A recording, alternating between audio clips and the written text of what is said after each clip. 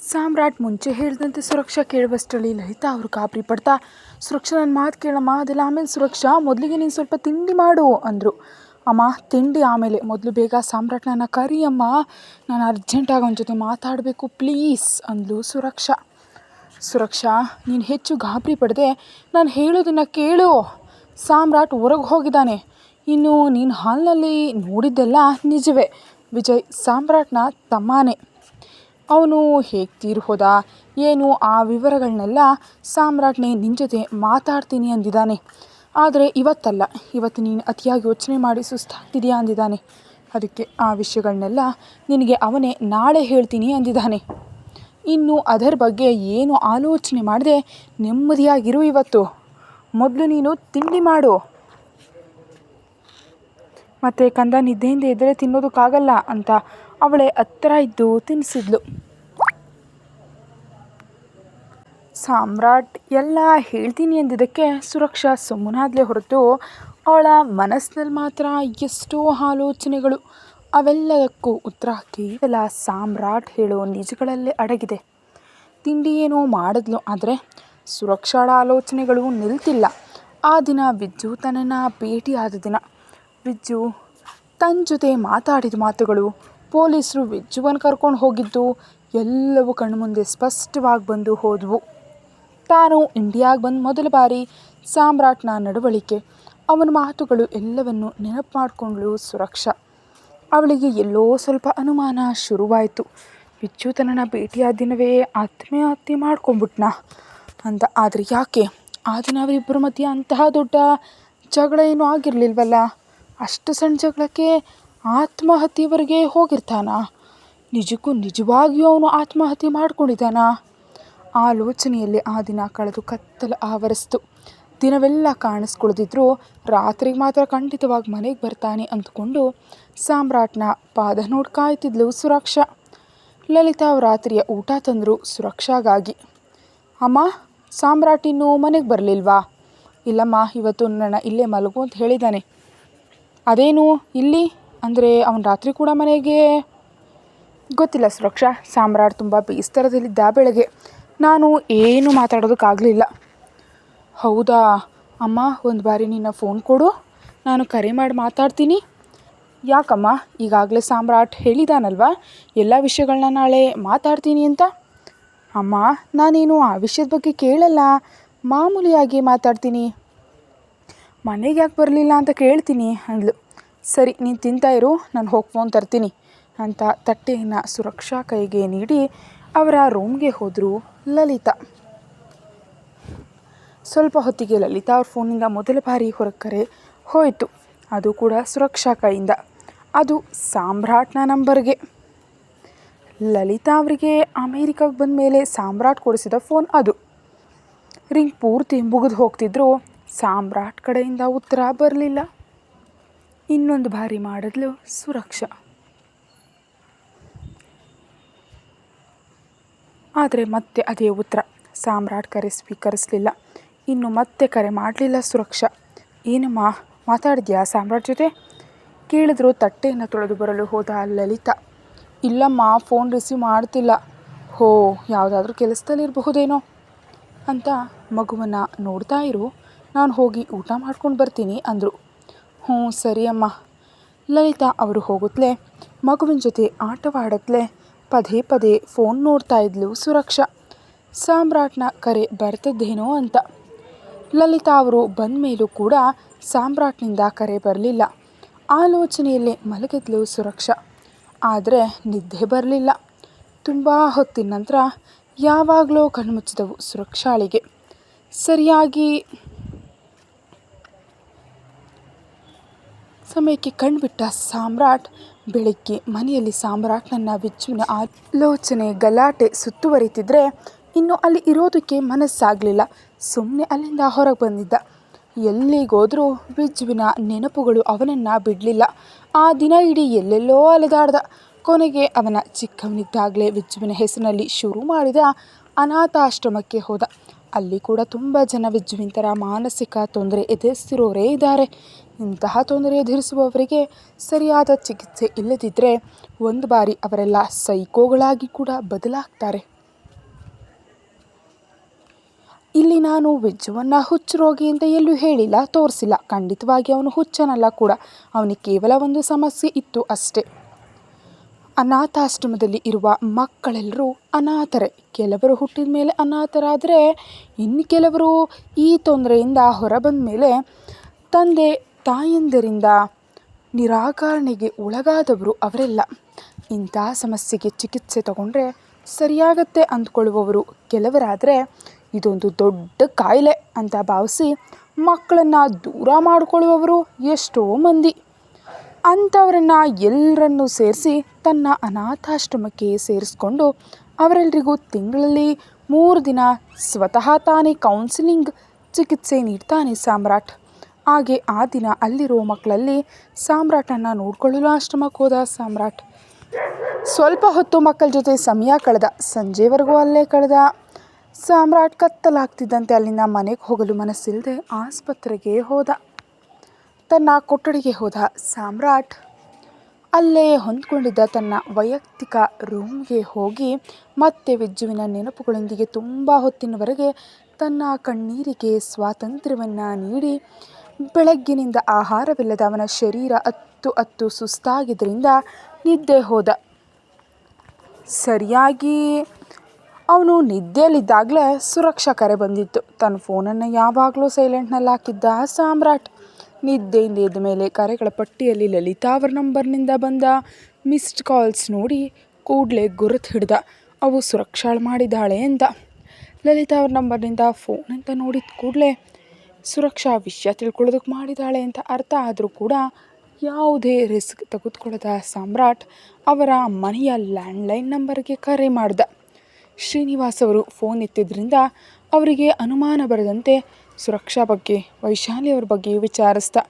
ತನಗೆ ಶಸ್ತ್ರಚಿಕಿತ್ಸೆಯಲ್ಲಿ ಭಾಗವಹಿಸಬೇಕಿದೆ ಅಂತ ಆ ದಿನ ರಾತ್ರಿ ಮನೆಗೆ ಬರೋದಕ್ಕೆ ಆಗಲ್ಲ ಅಂತ ಹೇಳಿ ಕರೆ ಕಟ್ ಮಾಡ್ದ ಸಾಮ್ರಾಟ್ ಕರೆ ಕಟ್ ಮಾಡಿದ ಮೇಲೆ ವೈಶಾಲಿ ಅವರನ್ನು ನೋಡ್ತಾ, ನೋಡಿದ್ಯಾ ವೈಶು, ಈಗ ನಮ್ಮ ವಿಜ್ಜು ಕೂಡ ನಮ್ಮ ಜೊತೆಯಲ್ಲಿ ಇದ್ದಿದ್ರೆ ಸಾಮ್ರಾಟ್ ಮಗನನ್ನು ನೋಡಿ ಎಷ್ಟು ಸಂತೋಷ ಪಡ್ತಿದ್ನೋ. ನಮಗೆ ನಮ್ಮಿಬ್ಬರು ಮಕ್ಕಳ ಸಂತೋಷಗಳನ್ನ ನೋಡೋ ಅದೃಷ್ಟ ಇಲ್ಲ ವೈಶಾಲಿ ಅನ್ನುತ್ತಾ ಆಕೆಯ ಕೈ ಹಿಡಿದು ಬೇಸರದಿಂದ ಕಣ್ಣೀರು ಹಾಕ್ದ. ಶ್ರೀನಿವಾಸ್ ಅವ್ರ ಜೊತೆ ಮಾತಾಡಿ ಕರೆ ಕಟ್ ಮಾಡಿದ ಮೇಲೆ ನಾಳೆ ಸುರಕ್ಷಾಗೆ ನೀಡಬೇಕಾದ ವಿವರಣೆಯನ್ನು ನೆನಪು ಮಾಡಿಕೊಂಡು ಮೊದಲೇ ಎಲ್ಲದಕ್ಕೂ ಸಿದ್ಧನಾದ ಸಾಮ್ರಾಟ್. ಬೆಳಗಾಗುವವರೆಗೆ ಭಾರವಾಗಿ ಕಾಲ ಕಳೆದ ಸಾಮ್ರಾಟ್ನಿಗೆ ಇನ್ನೂ ನಿಜ ಹೇಳಬೇಕಾದ ಸಮಯ ಬಂದೇ ಬಿಡ್ತು. ಅವನಿಗೆ ಗೊತ್ತು ಆ ಸತ್ಯ ತುಂಬ ಭಾರವಾದದ್ದೆಂದು. ಆದರೆ ಬಂದ ಒಂದು ಸಲ ಆ ಭಾರವನ್ನು ಕೂಡ ಇಷ್ಟಪಟ್ಟು ಹೊರಲು ಮಾಡುತ್ತೆ. ತನ್ನ ಪ್ರಯಾಣವನ್ನು ಕಷ್ಟಪಟ್ಟು ಮನೆ ಕಡೆ ತಿರುಗಿಸ್ದ ಸಾಮ್ರಾಟ್ನ ಬರುವಿಕೆಗಾಗಿಯೇ ಕಾಯ್ತಾ ಇದ್ಲು ಸುರಕ್ಷಾ. ಸಾಮ್ರಾಟ್ ರೂಮ್ ಒಳಗೆ ಬರ್ತಿದ್ದಂತೆ ಲಲಿತಾ ಅವರು ಹೊರಗೆ ಹೋದರು.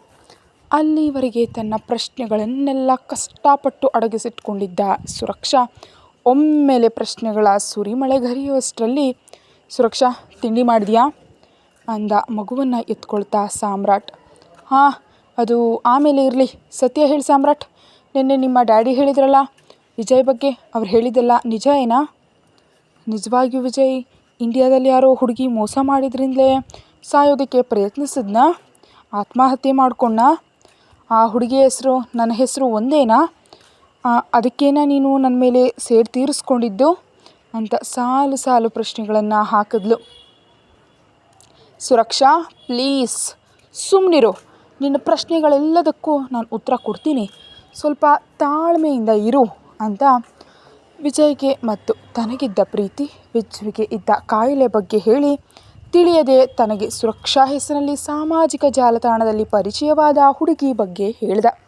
ಆ ಹುಡುಗಿ ವಿಜಯನನ್ನ ಪ್ರೀತಿಯ ಹೆಸರಿನಲ್ಲಿ ಮೋಸ ಮಾಡಿದ್ದು, ವಿಜಯ್ ಅವಳ ಮೋಸವನ್ನೇ ಪ್ರೀತಿ ಅಂತ ನಂಬಿ ಹಣ ಹಾಕಿದ್ದು, ಆಮೇಲೆ ತನಗೆ ಹೇಳದೆ ಆ ಹುಡುಗಿಗೆ ಸರ್ಪ್ರೈಸ್ ನೀಡೋದಕ್ಕೆ ಇಂಡಿಯಾಗೆ ಹೋಗಿದ್ದು ಎಲ್ಲವನ್ನ ಹೇಳ್ದ. ಇಂಡಿಯಾಗೆ ಹೋದ್ಮೇಲೆ ಆ ಹುಡುಗಿ ನೀನೇ ಅಂದ್ಕೊಂಡು ನಮ್ಮ ವಿಜಯ್ ನಿನ್ನ ಹಿಂದೆ ಬಿದ್ದರೆ ನೀನೇನೋ ಪೊಲೀಸರಿಗೆ ದೂರು ನೀಡಿದೆ. ಅಂದರೆ ನಾನು ಆ ದಿನ ದೂರು ನೀಡಿದ್ದಕ್ಕೆ ವಿಜಯ್ ಆತ್ಮಹತ್ಯೆ ಮಾಡ್ಕೊಂಡ? ಅದಕ್ಕೆ ನನ್ನ ಮೇಲೆ ಸೇಡು ತೀರಿಸ್ಕೊಂಡಿದ್ಯಾ? ನಿಜ ಏನಂತ ತಿಳಿದೆ ಕೇವಲ ಇಬ್ಬರ ಹೆಸರು ಒಂದೇ ಆದ ಕಾರಣಕ್ಕೆ ನನ್ನ ಜೀವನವನ್ನು ಇಲ್ಲಿವರೆಗೆ ತಂದಿದೆಯಾ ಅಂತ ಕೋಪದಿಂದ ಕೇಳಿದ್ಲು ಸುರಕ್ಷಾ. ಆ ದಿನ ನೀನು ಕೇವಲ ದೂರು ಮಾತ್ರ ನೀಡಿದೆ ಅಂದ್ಕೊಂಡಿದ್ದೀಯಾ ಸುರಕ್ಷಾ? ಆದರೆ ಆ ದಿನ ನೀನು ದೂರು ನೀಡಿದ ಮೇಲೆ ತುಂಬ ವಿಷಯಗಳು ನಡೆದವು. ಇದು ಕೇವಲ ಹೆಸರುಗಳ ನಡುವಿನ ತಪ್ಪಲ್ಲ ಸುರಕ್ಷಾ ಅಂದ ಸಾಮ್ರಾಟ್. ಅಂದರೆ ನಾನು ಆ ದಿನ ದೂರು ನೀಡಿದ್ದಕ್ಕೆ ವಿಜಯ್ ಸತ್ನಾ? ಅದಕ್ಕೆ ನನ್ನ ಮೇಲೆ ಇಷ್ಟುವರೆಗೂ ಹಾಗೆ ಸಾಧಿಸಿದ್ಯಾ? ಯಾವ್ದು ಸತ್ಯ ಯಾವ್ದು ಸುಳ್ಳು ಅಂತ ತಿಳಿದೆ ಕೇವಲ ಹೆಸರುಗಳು ಒಂದೇ ಆಗಿದ್ದಕ್ಕೆ ನನ್ನ ಬದುಕನ್ನು ಈ ರೀತಿ ಮಾಡಿದ್ಯಾ ಅಂತ ಕೋಪದಿಂದಾನೇ ಕೇಳ್ತಿದ್ಲು ಅವಳು. ಆ ದಿನ ನೀನು ಕೇವಲ ಕಂಪ್ಲೇಂಟ್ ಕೊಟ್ಟೆ ಅಂತ ಅಂದ್ಕೊಂಡಿದ್ಯಾ ಸುರಕ್ಷಾ? ಇನ್ನೂ ಬಹಳಷ್ಟು ವಿಷಯಗಳಿವೆ.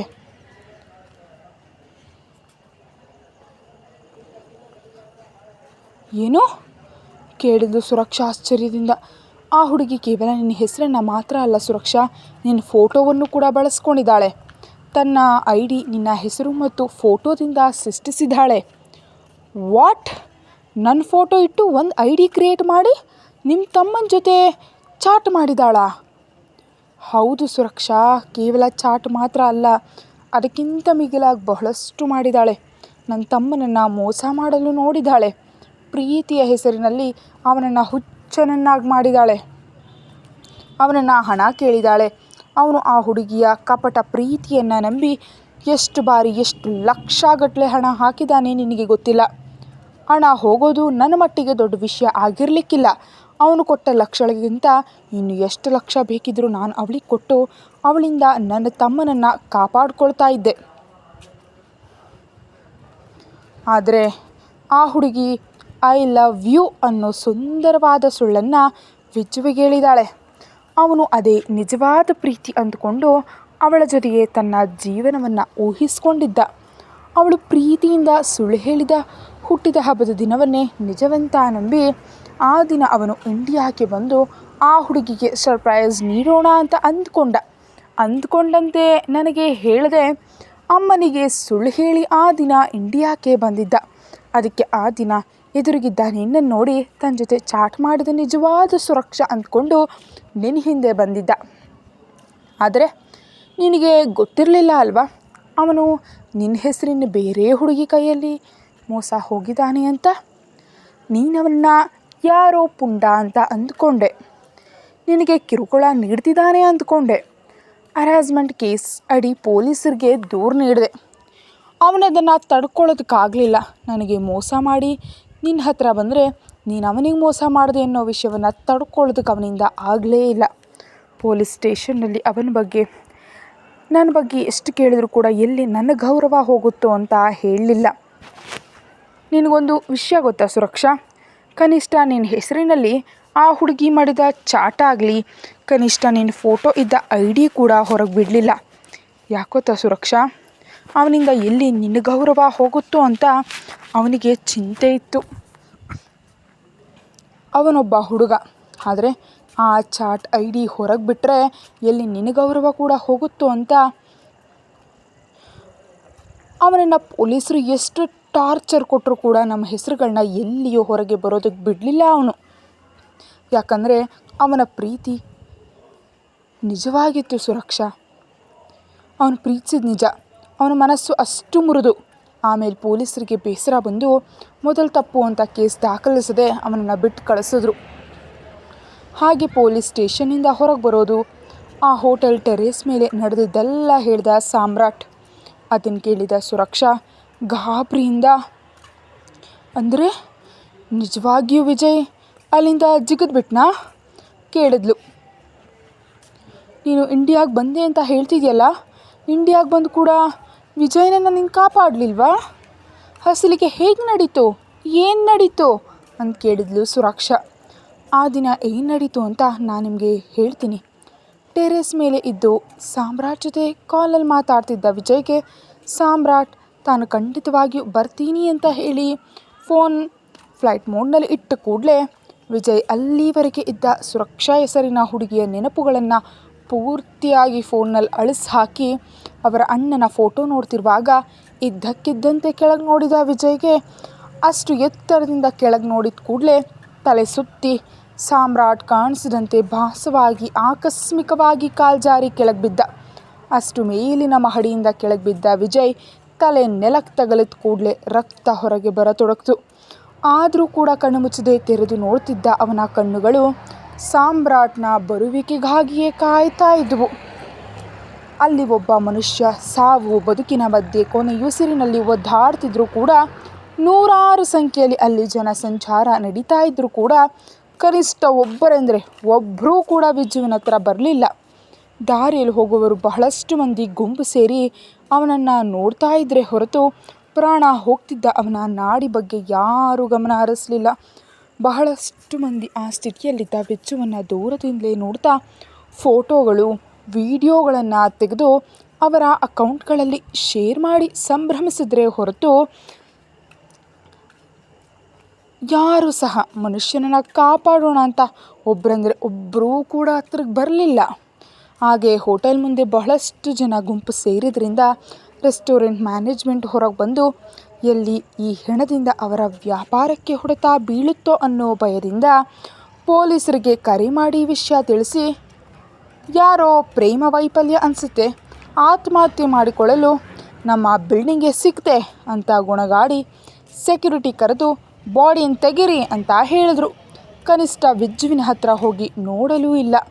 ಎಲ್ಲೋ ಸ್ವಲ್ಪ ಪ್ರಾಣ ಇದ್ದ ವಿಜ್ಜುವಿಗೆ ಅಲ್ಲಿಯವರ ಮಾತುಗಳು ಕಿವಿಗೆ ಬೀಳ್ತಾ ಇದ್ದರೆ ಅಣ್ಣನ ಮಾತು ಕೇಳದೆ ತಾನೆಷ್ಟು ತಪ್ಪು ಮಾಡಿದೆ ಅಂತ ನೆನಪಿಸ್ಕೊಂಡ.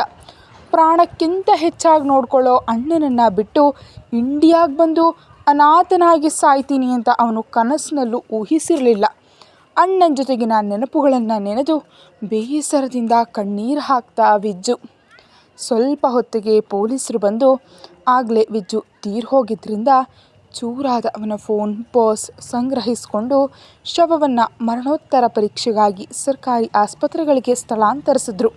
ನಂತರ ಪೊಲೀಸರು ವಿಜ್ಜು ಫೋನ್ನಲ್ಲಿದ್ದ ಸಿಮ್ ಕಾರ್ಡ್ ಬೇರೆ ಫೋನ್ನಲ್ಲಿ ಹಾಕಿ ಕೊನೆಯ ನಂಬರ್ಗೆ ಕರೆ ಮಾಡ್ತಿದ್ರೆ ಸಾಮ್ರಾಟ್ ಫೋನ್ ಫ್ಲೈಟ್ ಮೋಡ್ನಲ್ಲಿ ಇದ್ದದ್ರಿಂದ ಸ್ವಿಚ್ ಆಫ್ ಬಂತು.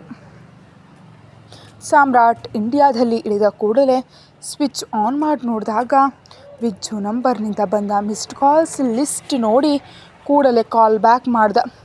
ಪೊಲೀಸರು ವಿಜ್ಜು ವಿಷಯ ತಿಳಿಸಿದ ಕೂಡಲೇ ಸಾಮ್ರಾಟ್ ಅಲ್ಲೇ ಏರ್ಪೋರ್ಟ್ನಲ್ಲೇ ಇದ್ದಕ್ಕಿದ್ದಂತೆ ಕುಸಿದು ಬಿದ್ದು ಹೋಗ್ಬಿಟ್ಟ. ಕಾರ್ಯವಿಧಾನಗಳನ್ನೆಲ್ಲ ಮುಗಿಸ್ಕೊಂಡ ಸಾಮ್ರಾಟ್ಗೆ ಆಗ ವಿಜ್ಜುವನ್ನು ಅಲ್ಲಿಂದ ಕರೆದುಕೊಂಡು ಹೋಗೋ ಆಲೋಚನೆ ಬಿಟ್ಟು ಏನು ನಡೀತು ಹೇಗೆ ನಡೀತು ಅಂತ ವಿಚಾರಿಸೋ ಸ್ಥಿತಿಯಲ್ಲಿ ಇರಲಿಲ್ಲ. ಹಾಗೆ ವಿಜ್ಜುವಿನ ಶವದೊಂದಿಗೆ ಅಮೇರಿಕ ತಲುಪಿದ ಸಾಮ್ರಾಟ್ ವಿಜಯ್ ತೀರಿ ಹೋದ ವಿಷಯ ತಂದೆಗೆ ತಿಳಿಸಿ ವೈಶಾಲಿ ಅವರಿಗೆ ತಿಳಿಸದೆಯೇ ಮನೆಗೆ ಹೋದರು. ಮನೆಯಿಂದ ಹೊರಗೆ ಹೋಗುವಾಗ ನಗ್ತಾ ಸಂತೋಷವಾಗೋದ ವಿಜಯ್ ನಿರ್ಜೀವವಾಗಿ ಮರಳಿ ಬಂದಿದ್ದನ್ನು ಕಂಡು ಆ ತಾಯಿಯ ಹೃದಯ ತಡೆದುಕೊಳ್ಳೋಕ್ಕೆ ಆಗದೆ ಆಗಲೇ ಜೋರಾಗಿ ವಿಜಯ್ ಅಂತ ಕೂಗ್ತಾ ಮೆಟ್ಟಿಲುಗಳ ಮೇಲೆ ಕೆಳಗೆ ಬಿದ್ದಳು. ಅದರಲ್ಲೇ ಸಣ್ಣ ಹಾರ್ಟ್ ಸ್ಟ್ರೋಕ್ ಕೂಡ ಅಟ್ಯಾಕ್ ಆಯಿತು. ಕಣ್ಮುಂದಿಗೆ ಮಗನ ಶವ ಒಂದೆಡೆ, ಸಾವಿನ ಅಂಚಿನಲ್ಲಿದ್ದ ಹೆಂಡತಿ ಇನ್ನೊಂದೆಡೆ. ಇಬ್ಬರನ್ನು ಹಾಗೆ ನೋಡಿದ ಕೂಡಲೇ ಚಲನೆ ಇಲ್ಲದೆ ಅಲ್ಲೇ ಕುಸಿದು ಬಿದ್ದ ಶ್ರೀನಿವಾಸ್ ತಂದೆ ತಾಯಿ ಇಬ್ಬರು ಆಸ್ಪತ್ರೆ ಪಾಲಾದ್ರಿಂದ ತಮ್ಮನ ದಹನ ಸಂಸ್ಕಾರಗಳನ್ನೆಲ್ಲ ಸಾಮ್ರಾಟ್ನೇ ನೋಡಿಕೊಂಡ. ಹೆತ್ತವರಿಬ್ಬರಿಗೂ ತಾನೇ ತಂದೆ ತಾಯಿಯಾಗಿ ಬದಲಾಗಿ ಅವರಿಬ್ಬರನ್ನ ನೋಡಿಕೊಂಡ. ಆನಂತರ ಸ್ವಲ್ಪ ಕಾಲಕ್ಕೆ ವಿಜಯ್ ಇಲ್ಲ ಏನೋ ಸತ್ಯವನ್ನು ಒಪ್ಕೊಳ್ಳಲಾಗದ ವೈಶಾಲಿ ಅವರ ಮನಸ್ಸು ಕೆಟ್ಟು ಮಾನಸಿಕ ಸ್ಥಿತಿ ಹದಗೆಟ್ಟಿದ್ದರಿಂದ ಒಂದು ಬಾರಿ ಮಧ್ಯರಾತ್ರಿ ಹೊರಗೆ ಹೋಗೋದು, ಆಕ್ಸಿಡೆಂಟ್ ಆಗೋದು ನಿಮಗೆ ತಿಳಿದಿದೆ. ಹೀಗೆ ಅವರ ಕುಟುಂಬ ಎಷ್ಟು ಪಡಬಾರದು ಕಷ್ಟಪಡ್ತು ಅಂತ ಹೇಳಿದ ಸಾಮ್ರಾಟ್ನ ಮಾತುಗಳನ್ನ ಕೇಳಿದ ತಕ್ಷಣ ಸುರಕ್ಷಾ ಕಣ್ಣಲ್ಲಿ ನೀರು ನಿಲ್ಲಿಲ್ಲ. ನಿರಂತರವಾಗಿ ಮಳೆಯಂತೆ ಸುರಿಯತೊಡಗಿದವು. ಅಳುತ್ತಲೇ ಬೇಸರದಿಂದ ಸಾಮ್ರಾಟ್ನ ಹೆಗಲ ಮೇಲೆ ಕೈ ಹಾಕಿ ಸಾರಿ ಅಂದ್ಲು. ಇಷ್ಟಕ್ಕೂ ನನ್ನ ಹೆಸರಿನಲ್ಲಿ ಚಾಟಿಂಗ್ ಮಾಡಿ ವಿಜಯ್ನನ್ನು ಮೋಸ ಮಾಡಿದ ಆ ಹುಡುಗಿ ಯಾರು ಕೇಳಿದ್ಲು ಸುರಕ್ಷಾ. ಆ ಹುಡುಗಿ ಬೇರೆ ಯಾರೂ ಅಲ್ಲ ಸುರಕ್ಷಾ, ನಿಮ್ಮ ಜೊತೆ ನಿಮ್ಮ ಕಾಲೇಜ್ನಲ್ಲೇ ಓದ್ತಿದ್ದ ಅನನ್ಯ ಅಂತ ಹೇಳ್ದ. ಅನನ್ಯ? ಶಾಕ್ನಿಂದ ಕಣಿಸುತ್ತಿದ್ದ ಸುರಕ್ಷಾ ಸಾಮ್ರಾಟ್ನ ಆಸರೆ ಪಡೆದು ಹಿಡ್ಕೊಂಡು ಅನನ್ಯ ಇದೆಲ್ಲ ಮಾಡಿದ್ಲ ಸಾಮ್ರಾಟ್ ಅಂತ ಕೇಳಿದ್ಲು. ಮತ್ತೆ ಒಂದು ಬಾರಿ ತಾನು ಕೇಳಿದ್ದು ನಿಜವೋ ಅಲ್ಲವೋ ಅಂತ ಖಚಿತಪಡಿಸಿಕೊಳ್ಳಲು.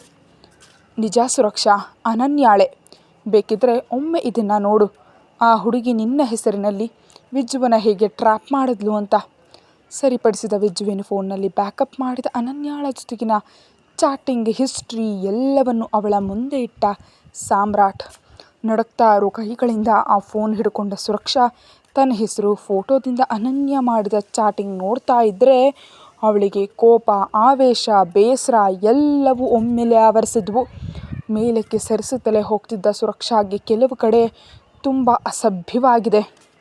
ಚಾಟಿಂಗ್ ನೋಡಿ ಇನ್ನು ಮುಂದೆ ನೋಡಲಾಗಿದೆ. ಫೋನ್ ನೆಲಕ್ಕೆ ಬೀಳಿಸಿದ್ಲು. ಮುಂದಿನ ಭಾಗದಲ್ಲಿ ನಿಜಕ್ಕೂ ಅನನ್ಯ ಹತ್ತಿರ ತನ್ನ ಫೋಟೋ ಹೇಗೆ ಬಂತು ಎಂಬ ಆಲೋಚನೆಯಲ್ಲಿ ಮುಳುಗಿದ್ಲು ಸುರಕ್ಷಾ. ಕತೆ ಮುಂದುವರಿಯುತ್ತೆ. ಹೆಚ್ಚಿನ ವಿಡಿಯೋಗಾಗಿ ಚಾನಲ್ಗೆ ಸಬ್ಸ್ಕ್ರೈಬ್ ಮಾಡಿ ಮತ್ತು ವಿಡಿಯೋವನ್ನು ಮುಂಚಿತವಾಗಿ ನೋಡಲು ಚಾನಲ್ಗೆ ಮೆಂಬರ್ಶಿಪ್ ತಗೊಳ್ಳಿ. Thank you.